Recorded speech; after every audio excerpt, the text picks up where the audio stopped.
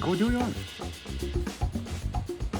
Hello everybody, today you're in for an absolute treat. This was Father's Day Fiasco, episode 2.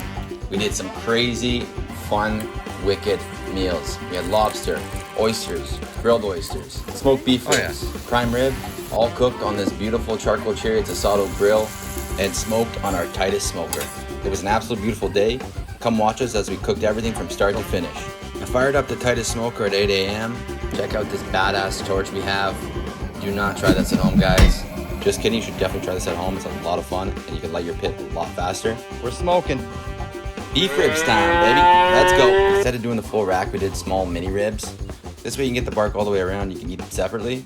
We put on a homemade dry rub and toss them in the smoker. Look at those little bundles of joy just waiting for me to eat. After that, I tossed in another log of maple, set it at 250, and we're off to the grocery store. Let's go, baby. Yahoo! Yahoo! Let's grab some green onions, some peeled garlic, some lazy, cilantro, Spanish onion. We were a little early, but we went and grabbed some clams, some lobsters. They got a pretty good selection at the Epic store. Definitely worth it, and it's a lot cheaper anywhere else. After that, we went straight home to make sure the smoker was keeping a consistent 250 degrees. And it was time to prep everything else for the rest of the day. Prep time. Go ahead and chop that garlic that I was way too lazy to peel. Grab your cilantro, chop it right up, nice and fine. Get some fresh bay leaves from the garden or buy them at the grocery store. I have them at home, so kind of cool. Chop that Spanish onion up nice and fine. If you cry, you're a girl. Just saying. Today we're cooking with prime ribs, so we grabbed one of the steaks and cubed it up for the skewers. Throw in some of that garlic, the bay leaves, and some sea salt. Mix it right up. Toss it in the fridge. Keep up any kind of cheese you want for the grilled oysters.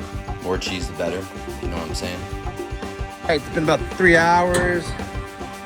Oh yeah. Gonna wrap them soon. Actually, I'm probably gonna wrap them now. Wrap time. Let's wrap these little bundles of joy. Grab yourself some tin foil, put a rib down on it, put some brown sugar, and then a nice hunkin' large piece of butter. Spritz it with some apple cider vinegar. We'll wrap them all up and place them back in the smoker for a couple hours.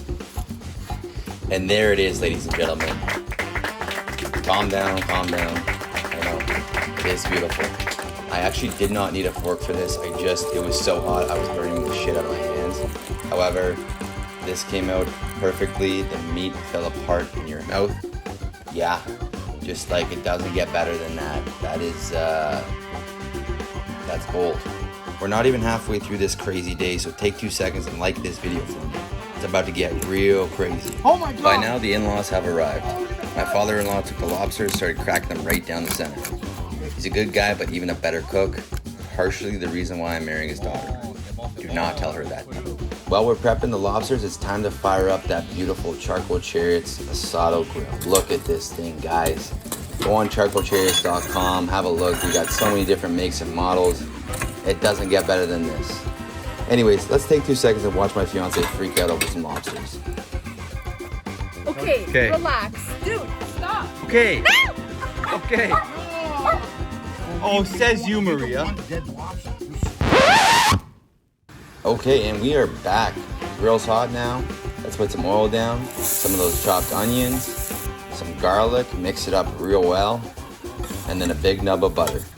After it's all cooked, toss it in a bowl with a pound of butter.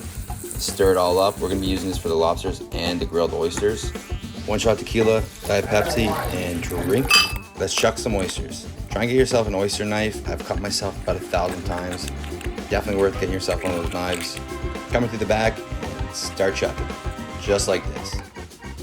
Ah, so pretty. The oysters and this grill. I mean, look at that. Yeah. Okay, so let's take those oysters and put them on top of the grill. Nice and neat. Try and keep as much juice as you can inside. And then we're going to put that butter on each and every single one of these guys. I forgot to mention in this, you're also going to need some breadcrumbs. Put some breadcrumbs and some cheese on top of those bad boys. And look at that. Oh yeah.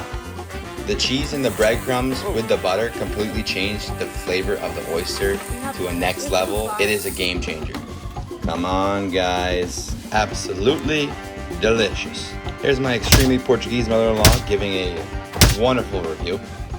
She loves it. So She really good. loves it. Lobster time. Finally, time for those lobsters. So they're all opened up, and we're gonna smother them in that butter just as much as we can. Get them in all the shells, every little crevice that we can, and then we're gonna put it on that amazing grill again. I did make a mistake, to be fair.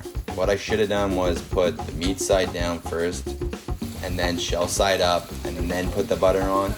But I got a little too excited, and it still turned out absolutely phenomenal anyways. But next time, because then the butter would stay inside the shell, it would make more sense.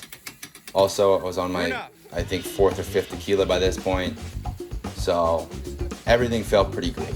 Oh man, check that out. So we put some lemon on top.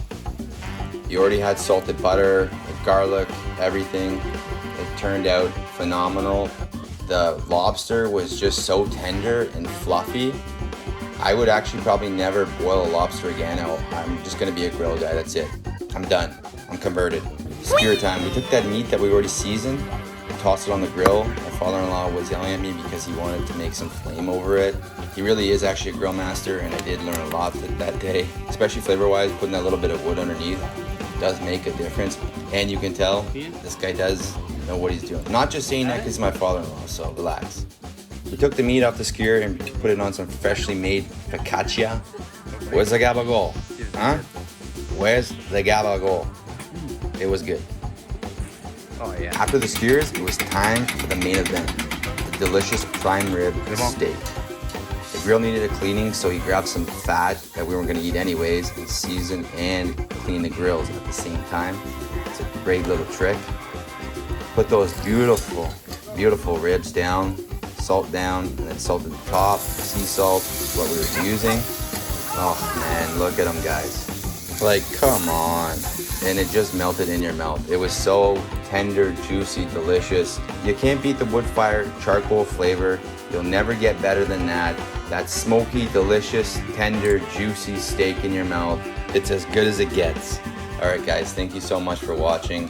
Appreciate every minute of it. I appreciate every single like, every kind of click, everything you guys do for Charcoal Chariots. Please watch the next video, subscribe, like, share. All the best. Keep grilling.